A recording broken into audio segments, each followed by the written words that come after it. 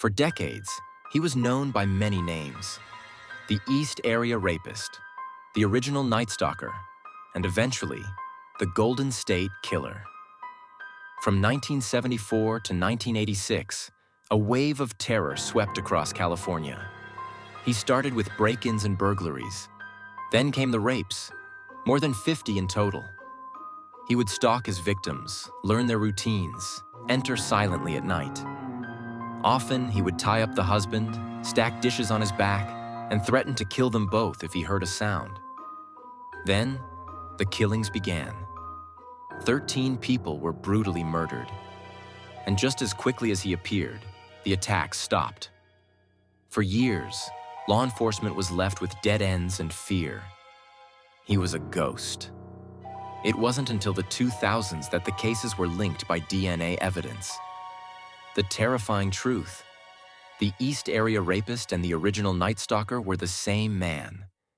But his identity still remained a mystery. In 2018, a team of investigators tried something radical. They submitted his DNA profile to GEDmatch, a public genealogy website. From there, they built a family tree, branch by branch, until they found their man, Joseph James DeAngelo, a former police officer, a husband, a father.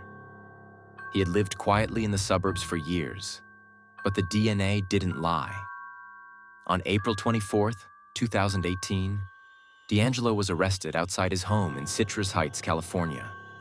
In court, he showed little emotion as victim after victim stood to speak. Stories of trauma, of survival, of decades lost to fear.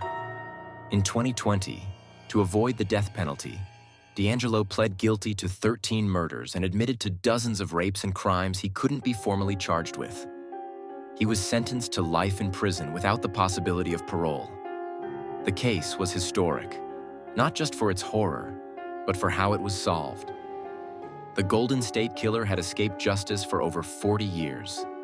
But science, determination, and the voices of survivors finally caught up with him. Evil had a name, and it would never walk free again.